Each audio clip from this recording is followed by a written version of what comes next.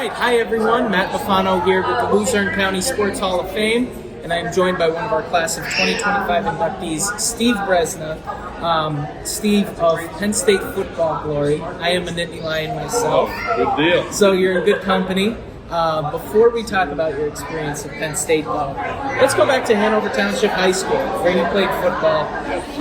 How does someone back in the 1960s get from Hanover Township High School to Penn State? Tell us a little bit about what might have caught Penn State's eye.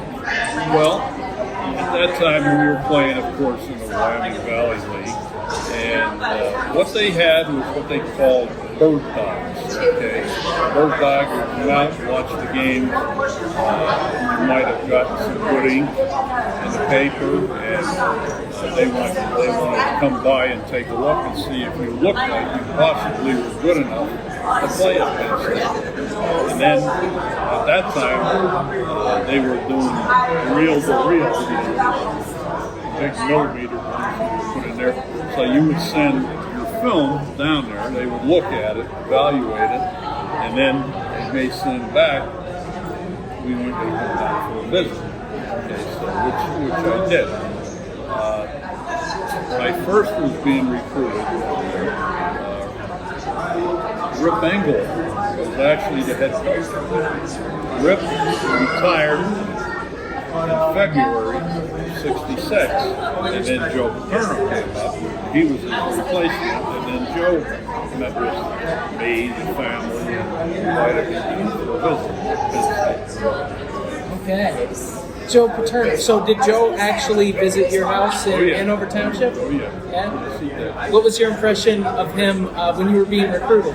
Well, you know, you're a kid, and, you know, they wind up buttering you up a little bit and tell you how good you are and everything like that. It was him and there's another guy that was from up around Scranton, Jim O'Hara. Jim O'Hara was the defensive coordinator when I started.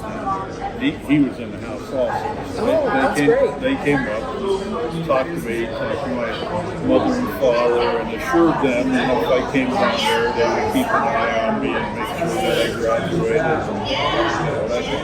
Yeah, Jim O'Hara, Dunmore. And actually, Joe Paterno lived with Jim O'Hara. So when you were at Penn State, punter was your primary position. I became the punter on the 68 team, and I was backup linebacker and a backup defensive tackle. So I was behind, at that time, Jim Cates and Dennis Sanchez. I was a Mike, and Dennis was a back. And if Dennis went down, Jim Cates moved over to back. I was Mike. And if Jim Cates needed a break, he'd go out and I'd come in. So that's how that works. And then I was behind two pretty good defensive tackles also, Mike Reed and Steve Smith. They weren't bad. No, not bad at all.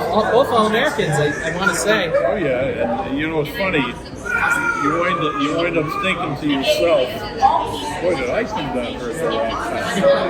You got the two-time All-American, the two-time All-East with Jimmy Cates, two All-Americans with Steve Smith and Mike Reed, but I wound up going around quarterback in the West. Do you have a favorite memory from your time at Penn State? Well, you know, I guess so. I have the one where we had just played, we were undefeated, and we were on the verge of, we were going to California to play UCLA. At that point in time, there had been no team on the East Coast that had beaten UCLA. You know, so we went out there, it was like, I think we were 3 or 4 touchdown underdog going out there. The punter and place kicker on UCLA was Zenon Andrusidi. Xenon and Decision was one of the first sidewinders. Before that, everybody was a straight ahead kick. Xenon was leading the country in punting. So they get a chance to punt against them, right? Plus the fact they got a chance to see the Los Angeles Coliseum. I had never seen, right? And when you come in and you're in the Coliseum and you walk down and you're getting dressed to go out for pregame and looking over and there's Ray Nitschke scratched on the Dick Butkus scratching next to Ray Nitschke, and thinking, holy moly, I'm getting dressed in the same place that these guys are. And they were very famous on that time. So when you came out, you looked up and you saw the that was pretty neat. That day, I Outpunted. How about Penn State? Did we pick up the win that day? All right. We're not only celebrating you as a player, but as a coach. Yes. Tell us, do you have a favorite or most proud accomplishment from your coaching career? Well, I was head baseball coach at Hanover for 4 years. One of my players, on those teams, Frank Laurie, is getting an award tonight. Right? So the baseball years were good years. Football, the last year that I coached there, they had a little incident that went on, and I wound up, after I think it was 3 games, that I had 17 kids left to play, and they finished the season. So I went, in fact, a lot of them are going to be here. Good. It'd be nice to reacquaint myself. That's great. Well, I'm sure we could keep talking all We can night. go on forever. But that's good for now. So thank you, Steve, and congratulations. Thank you, man. All right.